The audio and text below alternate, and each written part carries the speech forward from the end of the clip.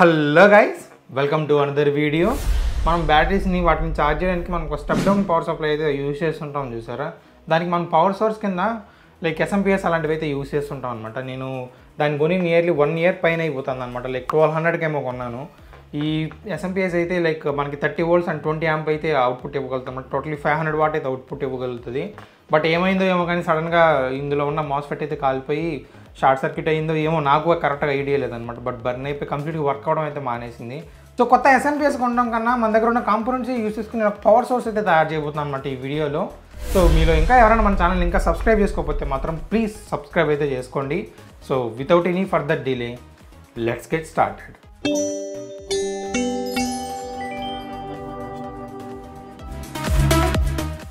So మనకు ఒక DC power source తయారు చేయాలంటే మనకి బేసిక్గా కావాల్సిన కాంపోనెంట్స్ అయితే 2 అనమాట. ఒకటి ట్రాన్స్ఫార్మర్ అయితే కావాలి, ఎందుకంటే మనకి 220 volts డైరెక్ట్గా డీసీ కన్వర్ట్ చేసినా సరే మనకు అంత వోల్టేజ్ అయితే యూజ్ ఉండదు. కాబట్టి మనకి 220 voltsని మనకి స్టెప్ డౌన్ చేసే ట్రాన్స్ఫార్మర్ అయితే ఒకటి కావాలన్నమాట. సో దానికోసం అయితే నేను యూపీఎస్ ట్రాన్స్ఫార్మర్ అయితే తీసుకున్నాను. ఇది మనకి 220 voltsని డైరెక్ట్గా మనకి స్టెప్ డౌన్ చేసి డిఫరెంట్ టైప్ ఆఫ్ వోల్టేజెస్ అయితే అవుట్పుట్ ఇస్తుంది. మీరు సరిగ్గా గమనిస్తే ఇందులో మనకి 4 inputs అయితే ఉంటాయి అనమాట. అండ్ ఒకటి బ్లాక్ కలర్ వైర్ని చూసారా, ఇది మనకి కామన్ వైరు. అండ్ మిగతా 3 wires ఉన్నాయి చూసారా, వీటి మధ్యలో మనం స్విచ్ చేసామంటే మనకి డిఫరెంట్ టైప్ ఆఫ్ వోల్టేజెస్ అనేది అవుట్పుట్ వస్తుంది అనమాట. మనకి స్టెప్ డౌన్ అయ్యి మనకి ఎంత వోల్టేజ్ కావాలో దానికైతే కనెక్ట్ చేసుకున్నామంటే మనకి ప్రాపర్గా అంత వోల్టేజ్ అయితే అవుట్పుట్ తీసుకోవచ్చు అనమాట. సో ఇప్పుడు మనకి వోల్టేజ్ స్టెప్ డౌన్ అయ్యే అయితే వస్తుంది కదా, కాకపోతే ఇది వచ్చే వోల్టేజ్ మనకి ఏసీ వోల్టేజ్ అనమాట. దీన్ని మనం డీసీకి అయితే కన్వర్ట్ చేయాలి. సో దానికోసం అయితే బ్రిడ్జ్ రిక్వైర్స్ అలాంటివి అయితే ఉంటాయన్నమాట. సో దట్ మనం డైరెక్ట్గా ఏసీ వోల్టేజ్ని డీసీకి అయితే కన్వర్ట్ చేసి యూజ్ చేసుకోవచ్చు. సో ఫస్ట్ అయితే ట్రాన్స్ఫార్మర్ అయితే టెస్ట్ చేద్దాము. ఇందులోంచి వోల్టేజెస్ ఎంత అవుట్పుట్ వస్తుందో ఒకసారి చెక్ చేసుకుందాము. చూడొచ్చు నేను అవుట్పుట్ సైడ్ అయితే కనెక్ట్ చేశాను అనమాట. మన మల్టీమీటర్ని ఏ వైర్ని ఏ కాంబినేషన్ నుంచి మనకి ఎంత వోల్టేజ్ వస్తుందో క్లియర్గా తెలుస్తుంది ఇప్పుడు. సో వన్స్ నేను మల్టీమీటర్ కనెక్ట్ చేసిన తర్వాత ఇప్పుడు మనకి ఏసీ ఇన్పుట్ అయితే ఇవ్వాలన్నమాట. వీటికి నేను బ్లాక్ వైర్ చూసారు, దీనికి కామన్ వైర్ అనమాట ఈ బ్లాక్ది. సో దానికైతే డైరెక్ట్గా దీన్ని కనెక్ట్ చేసుకుంటాను. అండ్ దీన్ని మనం స్విచ్ చేద్దాం ఈ 3 వైర్స్లో. సో నేను ఏసీ ఆన్ అయితే చేస్తాను. మీరు ఈ విధంగా డైరెక్ట్గా అయితే చేయొద్దండి, ఇది డైరెక్ట్గా ఎక్స్పోజ్ అయినాయి అనమాట. సో ఏసీ వోల్టేజ్తో డీల్ చేసినప్పుడు కొంచెం జాగ్రత్త అయితే ఉండండి. నేను ఇప్పుడు ఎల్లో వైర్కి అయితే కనెక్ట్ చేస్తున్నాను. చూడొచ్చు ఎల్లో వైర్ నుంచి మనకి ఆన్ అండ్ యావరేజ్గా 8 volts అయితే వస్తుంది అనమాట. 8.2 అలా అయితే వస్తుంది. నేను ఇప్పుడు బ్లూ వైర్కి అయితే స్విచ్ చేస్తున్నాను. మనకి బ్లూ వైర్ నుంచి 9 volts అయితే వస్తుంది అనమాట. 9.2 అలా అయితే వస్తుంది. అండ్ ఇప్పుడు గ్రీన్ వైర్ని చూసి ఆ గ్రీన్ వైర్కి అయితే కనెక్ట్ చేస్తున్నాను. చూడొచ్చు మనకి 7.6 ఆర్ సంథింగ్ అయితే వస్తుంది అనమాట. ఈ 3 వైర్స్లో మనకి ఎక్కువ వోల్టేజ్ ఇందులో వస్తుందంటే బ్లూ వైర్ కనెక్ట్ చేస్తున్నప్పుడు మనకి ఎక్కువ వోల్టేజ్ అయితే వస్తుంది. సో చూసారు కదా, వోల్టేజెస్ అయితే 6 to 9 volts మధ్యలో వేరియబుల్ అవుతున్నాయి అనమాట. ఇందులో మనకి ఒక అడ్వాంటేజ్ ఏంటంటే ఇందులో యూస్ చేస్తున్న కాయిల్స్ ఉంటాయి చూసారా, సెకండరీ కాయిల్స్, ఇవి ప్యారలల్గా అయితే కనెక్ట్ చేసి ఉంటారు. వాటిని మనం సిరీస్ కింద కనెక్ట్ చేసామంటే ఏమవుతుందంటే మనకి ఆల్మోస్ట్ అవుట్పుట్ వచ్చే వోల్టేజ్ డబుల్ అయితే అవుతుంది అనమాట. సో దట్ మనం బ్యాటరీస్ని ఛార్జ్ చేసుకోవడానికి అయితే ప్రాపర్గా సరిపోతుంది. మనకి మ్యాక్సిమం వోల్టేజ్ ఎంత అవుట్పుట్ వస్తుంది, 9 volts వస్తుంది చూసారా, ఆ వైర్ అయితే సెలెక్ట్ చేసుకుంటున్నాం అనమాట. సో దట్ మనకి నియర్లీ మనం సిరీస్లో కనెక్ట్ చేసి 18 volts అయితే అవుతుంది. సో దట్ మనం అన్ని బ్యాటరీస్ని అయితే ఛార్జ్ చేసుకోవచ్చు అనమాట. లైక్ 16 volt బ్యాటరీస్తో సహా అన్నింటినీ ఛార్జ్ చేసుకోవచ్చు దీంతో. సో ఇప్పుడు ఏం చేద్దామంటే మనం ప్యారల్గా కనెక్ట్ చేసిన కాయిల్స్ని సిరీస్లో అయితే కనెక్ట్ చేయాల్సి ఉంటుంది. దానికోసం అయితే మనకి ఇక్కడ ఇన్సులేషన్ చూసారా, దీన్ని అయితే కట్ చేసి ఓపెన్ చేయాల్సి ఉంటుంది అనమాట. కట్ చేసి ఓపెన్ చేసామంటే ఇక్కడ మనకి కనిపిస్తున్న క్లియర్గా మనకి టూ కాయిల్స్ని ప్యారల్గా అయితే కనెక్ట్ చేసి ఉంటారు.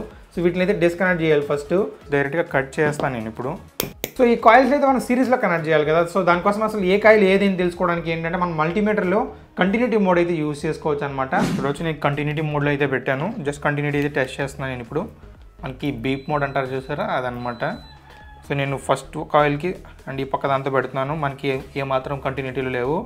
అండ్ ఇంకొక దానికి పెడుతుంటే మనకి కంటిన్యూటీ అయితే వస్తుంది అనమాట. అంటే ఈ వైర్ సేమ్ కాయిల్ అండ్ ఈ వైర్ ఆపోజిట్ కాయిల్స్ అనమాట. సో దట్ మనం వీటికి కానీ సిరీస్ కనెక్షన్ ఇచ్చామంటే మనకి వోల్టేజ్ అవుట్పుట్ వచ్చే వోల్టేజ్ డబల్ అవుతాయి. సో ఇప్పుడు నేను ఈ 2 వైర్స్ని నేను ప్యారలల్గా అయితే సిరీస్ కనెక్షన్ అయితే ఇస్తాను. వీటిని మనం డైరెక్ట్గా సాల్డర్ చేయలేం కాబట్టి నేను ఏం చేస్తానంటే జస్ట్ కటింగ్ ప్లేయర్ అయితే తీసుకొని వీటిని అయితే ట్విస్ట్ చేసుకుంటాను కనెక్ట్ అయ్యే విధంగా. చూడొచ్చు నేను ఈ విధంగా అయితే ట్విస్ట్ చేసి వాటిని అయితే కనెక్ట్ చేసాను క్లియర్గా. సో ఇప్పుడైతే మనం ఒక్కసారి వోల్టేజెస్ అయితే చెక్ చేసుకుందాం, మనకు వోల్టేజెస్ ప్రాపర్గా వస్తున్నాయో లేవో. చూడొచ్చు నేను బ్లూ అండ్ బ్లాక్ వైర్స్కి అయితే ఏసీ ఇన్పుట్ అయితే ఇచ్చాను అనమాట. ఇప్పుడు ఒకసారి అవుట్పుట్ వోల్టేజ్ అయితే చెక్ చేద్దాం ఎంత వస్తుంది అని. చూడొచ్చు మనకి ఆన్ అండ్ యావరేజ్గా 15 volts 18 volts అయితే వస్తుంది అనమాట ఎగ్జాక్ట్లీ. అంటే 9 volts వస్తా అనేది కదా, ఇప్పుడు మనం సిరీస్ కల్లా కనెక్ట్ చేస్తాం కాబట్టి మనకి వోల్టేజ్ అనేది ఆల్మోస్ట్ డబల్ అయిందనమాట. సో ఇది మనకి పర్ఫెక్ట్గా అయితే సూట్ అవుతుంది మనకి ఇది. సో ఇప్పుడు మనకి ప్రాపర్గా మనకి ఏసీ వోల్టేజ్ అనేది స్టెప్ డౌన్ అయితే అయిపోయింది అనమాట. ఇప్పుడు సెకండ్ స్టెప్ ఏంటంటే మనకి ఇక్కడ వస్తున్న ఏసీ వోల్టేజ్ని డీసీకి అయితే కన్వర్ట్ చేయాలన్నమాట. అప్పుడే మనం బ్యాటరీస్ని ఛార్జ్ చేయడానికి అయితే వీలవుతుంది. సో దానికోసం అయితే మనకు ఒక ఫుల్ బ్రిడ్జ్ రెక్టిఫైర్ అయితే కావాలన్నమాట. దీన్ని మనం 2 డిఫరెంట్ టైప్స్ అయితే తయారు చేసుకోవచ్చు. ఒకటి డయోడ్స్ అయితే యూస్ చేసుకొని కంప్లీట్గా మనమే తయారు చేసుకోవచ్చు అనమాట. లేకుంటే మన దగ్గర అలానే పాత ఎస్ఎంపిఎస్ ఉంది కదా, అందులో వాళ్ళు ఏది యూజ్ చేస్తున్నారో అదే యూజ్ చేసుకోవచ్చు. ఇక్కడ వచ్చి మనకి ఫుల్ బ్రిడ్జ్ రెక్టిఫైర్ అయితే యూజ్ చేస్తున్నారు అనమాట. కంప్లీట్గా ఇది ఒక చిన్న చిప్ లాగా ఉంది చూసారా, ఇదే అనమాట మనకి AC to DC converter. So ఈ ఎస్ఎంపిఎస్ అలానే పనికిరాదు కాబట్టి మనకి ఇందులో ఉన్న ఏసీ టు డీసీ కన్వర్టర్ అయితే యూజ్ చేసుకుందాము. సో దీని అయితే నేను డీసాల్టర్ చేసి బయట తీసుకుంటాను. సో చూడొచ్చు సక్సెస్ఫుల్గా నేనైతే డీసాల్టర్ చేసి రిమూవ్ చేసుకున్నాను అనమాట. ఇప్పుడు దీనికి మీకు క్లియర్గా కనిపిస్తుంది చూడొచ్చు. మిడిల్లో ఉన్న 2 పిన్స్కి మనం ఏసీ ఇన్పుట్ అయితే ఇవ్వాలన్నమాట. అండ్ ఈచ్ ఎడ్జ్లో ఉన్న 2 పిన్స్ మనకి డీసీగా కన్వర్ట్ అయ్యి మనకి పాజిటివ్ అండ్ నెగిటివ్ అయితే అవుట్పుట్ వస్తుంది అనమాట. మనకి క్లియర్గా టెక్స్ట్ అయితే మెన్షన్ చేస్తున్నారు ఇక్కడ.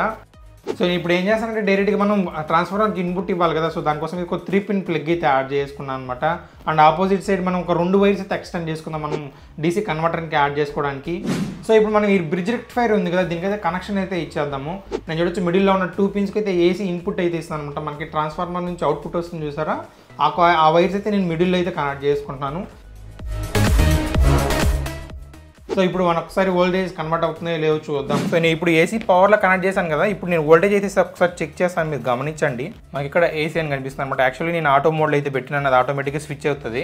చూడొచ్చు మనకి ఏసీ వోల్టేజ్ 18 వోల్ట్స్ అయితే వస్తుంది. ఇప్పుడు నేను 16 or 17 వోల్ట్స్ అయితే వస్తుంది. మనకి ఇక్కడ క్లియర్గా కనిపిస్తుంది చూడొచ్చు డీసీ వోల్టేజ్ అని, డీసీ అని కనిపిస్తుంది చూడొచ్చు ఇక్కడ. సో ఈ విధంగా మనకి కంప్లీట్గా మనం ఏసీ వోల్టేజ్ని డీసీకి అయితే స్విచ్ చేసామన్నమాట.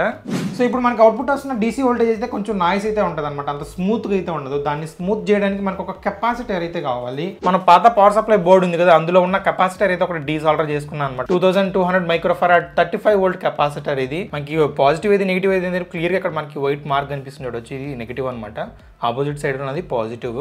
సో దానికి తగినట్టుగా నేను వైర్స్ అయితే యాడ్ చేసుకొని మనకి ఇక్కడ సేమ్ యాజ్ ఇట్ ఈజ్ మనకి ఇక్కడ బ్రిడ్జ్ రెక్టిఫైర్లో కూడా పాజిటివ్ నెగిటివ్ అయితే మెన్షన్ చేసింటారు అనమాట. సో దానికి యాజ్ ఇట్ ఈజ్ మనం positive to positive, negative to negative అయితే కనెక్ట్ చేసుకోవాలి. సో నేను ఒక డీసీ పోర్ట్ అయితే యాడ్ చేసుకున్నాను అనమాట, మనకి ఇక్కడ కెపాసిటర్ నుంచి అవుట్పుట్ తీసుకోవడానికి. సో ఫైనల్లీ మనకి ఒక డీసీ సోర్స్ అయితే రెడీ అయిపోయింది మనం యూజ్ చేసుకునే విధంగా.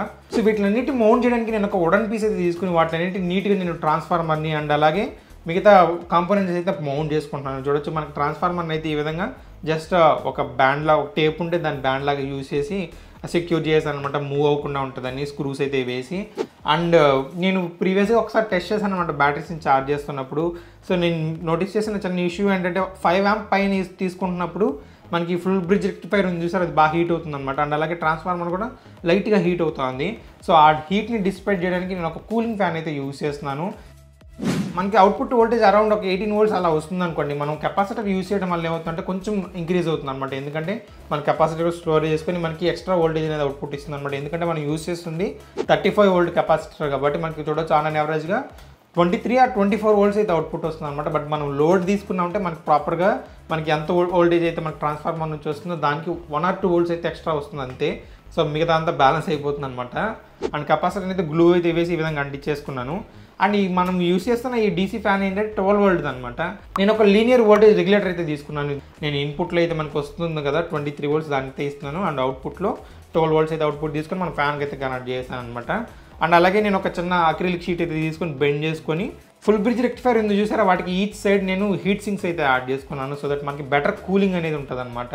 కాబట్టి నేను మనకి ఈ విధంగా స్క్రూస్ అన్ని వేసి టైట్ చేసుకొని ఇక్కడైతే మౌంట్ చేసుకున్నాను. సో ఇప్పుడు మనకి టోటల్గా మన సెటప్ అయితే రెడీ అయిపోయింది అనమాట. మనకి నేను అవుట్పుట్లో ఒక డీసీ పోర్ట్ అయితే యాడ్ చేసుకున్నాను. దీన్ని మనం మన స్టెప్ డౌన్ పవర్ సప్లైకి అయితే కనెక్ట్ చేసుకొని మన బ్యాటరీస్కి ఎంత వోల్టేజ్ కావాలో అంత వోల్టేజ్ అయితే అడ్జస్ట్ చేసుకొని ఛార్జ్ చేసుకోవచ్చు అనమాట. అలాంటి ప్రాబ్లం అయితే లేకుండా మళ్ళీ మనం ఇప్పుడు ఎస్ఎంపిఎస్ అయితే కొనాల్సిన అవసరం లేదు. మనకి ఇదే ఒక పవర్ సోర్స్ లాగా అయితే యూజ్ అవుతుంది. మనకి ట్రాన్స్ఫార్మర్ అయితే ఆన్ యావరేజ్గా 10 amps అయితే ప్రాపర్గా అవుట్పుట్ అయితే ఇవ్వగలుగుతుంది అనమాట. సో అది మనకి అసలు మోర్ దెన్ ఎనఫ్ అనమాట బ్యాటరీని ఛార్జ్ చేయడానికి అది. సో చూసారు కదా, నా దగ్గర ఉన్న పాత కాంపోనెంట్స్ అన్ని యూజ్ చేసుకుని నేను కంప్లీట్గా ఒక డీసీ పవర్ సోర్స్ అయితే తయారు చేసుకున్నాను అనమాట. దీని అయితే యూజ్ చేసుకొని మనం టెస్ట్స్ కైనా రన్ చేసుకోవచ్చు, లేకుంటే బ్యాటరీస్ అనేది ఛార్జ్ చేసుకోవచ్చు, అన్నిటికైతే ఉపయోగపడుతుంది ఇది. సో ఈ వీడియో మీకు ఎలా అనిపించిందో కామెంట్స్ తెలియజేయండి. అండ్ అలాగే తప్పకుండా సబ్స్క్రైబ్ అయితే చేసుకోండి. Thank you so much for watching my video and stay tuned for my next video.